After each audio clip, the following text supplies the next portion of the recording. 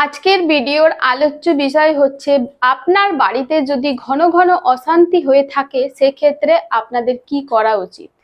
বাড়িতে ঘন ঘন অশান্তি, যে বাড়িতে ঘন ঘন অশান্তি হয় সেই বাড়িটা কিন্তু আর বাড়িই থাকে না, আর সেই বাড়িতে কিন্তু কোনো কিছু পজিটিভ জিনিস আর হয় না। বাড়ির লোকরাই কিন্তু বাড়িটাকে পজিটিভ বানাতে পারে, আবার নেগেটিভও বানাতে পারে এই ঘন ঘন অশান্তি করে। তো ঘন ঘন অশান্তি করে তো আর কোনো লাভ নেই। বাড়িতে যাতে শান্তি বজায় থাকে, সবাই মিলে যদি শান্তিতে থাকতে পারেন, তার থেকে তো আর ভালো কিছু হতে পারে না।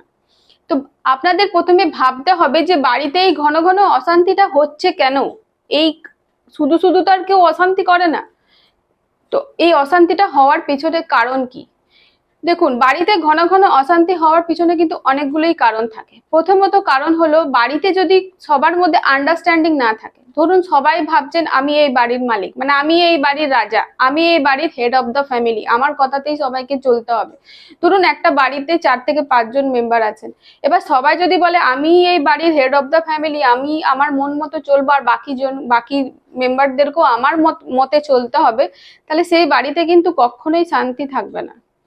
একটা বাড়িতে কিন্তু সবাই রাজা হলে সে বাড়িতে আর কি শান্তি থাকবে?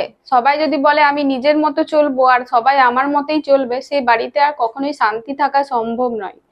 তো সেটা লক্ষ্য করবেন যে আপনার বাড়িতে কি সবাই নিজের মতো চলে, নাকি কেউ একজন হেড অফ দ্য ফ্যামিলি আছে, সে আপনার বাড়িটাকে পরিচালনা করছেন।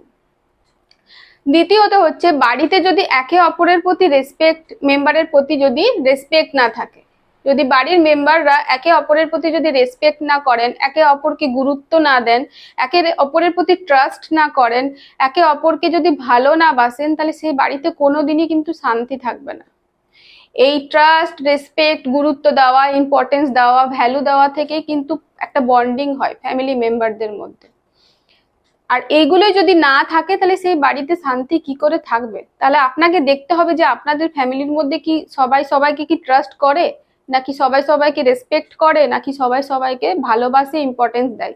যদি এগুলো কোনোটাই না থাকে তাহলে সেগুলো যাতে হয়, করানো সম্ভব হয়, সেগুলোই করার চেষ্টা করুন। বাড়িতে এক জায়গায় বসে প্রবলেমটার ব্যাপারে আলোচনা করুন যে বাড়িতে এই যে ঘন ঘন অশান্তিটা হচ্ছে সেটা তো আর দীর্ঘস্থায়ী হলে তো খুবই মুশকিল, এভাবে তো থাকা যায় না।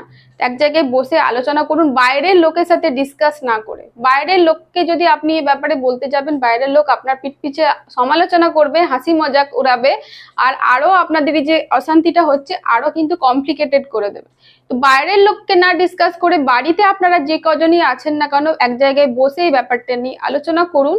আর সব থেকে গুরুত্বপূর্ণ কথা, বাড়িতে কিন্তু সবাই সবাইকে একটা ভ্যালু দিতে হবে। একটা ছোট বাচ্চাকেও আপনাকে ভ্যালু দিতে হবে, আর একটা বাড়ির যে যিনি সব থেকে বয়স্ক মানুষ তাকেও কিন্তু আপনাকে ভ্যালু দিতে হবে, রেসপেক্ট দিতে হবে। অনেক সময় আমরা কি করি, বাড়িতে যারা বয়স্ক মানুষ থাকে তাদেরকে আর গুরুত্বই দেয় না অনেকে। ওরা তো কদিনই আর বাঁচবে, কদিন পর তো মারাই যাবে, ওদেরকে আর গুরুত্ব দেওয়া হয় না। কিন্তু এইগুলো কিন্তু খুবই ভুল। এইসবের কারণে কিন্তু বাড়িতে প্রচুর ভাবে অশান্তি হয়। তো আপনারা মনে রাখবেন, বাড়িতে যিনি সব থেকে বেশি বয়স্ক তাকেও যেরকম গুরুত্ব দেবেন, একটা ছোট বাচ্চাকেও সেরকম গুরুত্ব দেওয়া দরকার, তাকে ভালোবাসা দেওয়া দরকার। তবেই কিন্তু বাড়িতে শান্তিটা বজায় থাকবে। আর পারলে আপনারা সারাদিনে একবার অন্তত খাবার যখন খান, একবার সবাই মিলে বসেই খাবেন।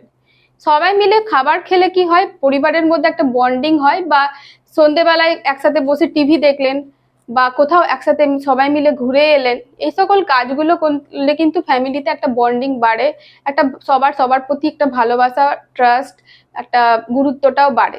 এইগুলো ছোট ছোট কাজগুলো করুন। বাড়িতে ঘন ঘন অশান্তি করে কিন্তু কোনো লাভ নেই, সেই বাড়িতে আরো নেগেটিভ এনার্জি ঢুকে পড়ে। যদি বাড়িতে ঘন ঘন অশান্তি, সেই বাড়িতে কোনোদিনও উন্নতি হবে না, যে বাড়িতে এত ঘন ঘন অশান্তি হয়। তো আপনি কি চান আপনার বাড়িতে উন্নতি না হোক, একটা নেগেটিভ এনার্জি সবসময় বাড়িতে থাকুক? অবশ্যই চান না। তাহলে আপনারা আশা করি মানে আজকের ভিডিও থ্রুতে জানতে পারলেন যে বাড়িতে শান্তি আনার জন্য আপনাদেরকে কি করা দরকার। একে অপরকে রেসপেক্ট করুন, গুরুত্ব দিন, ভ্যালু দিন, ভালোবাসুন, ট্রাস্ট করুন। বাইরের লোকের কাছে বাড়ির ব্যাপারে ডিসকাস না করে নিজেদের মধ্যে আলোচনা করুন যে প্রবলেমের সলিউশন কি করলে প্রবলেমের সলিউশন হবে। তো আশা করি আজকের ভিডিওটা ভালো লেগেছে। ভালো লেগে থাকলে অবশ্যই চ্যানেলটা সাবস্ক্রাইব করতে একদম ভুলবেন না, লাইক আর শেয়ার করতে কিন্তু একদম ভুলবেন না। তাহলে দেখা হচ্ছে পরবর্তী আরেকটা ভিডিওতে। ততক্ষণের জন্য ভালো থাকবেন, সুস্থ থাকবেন।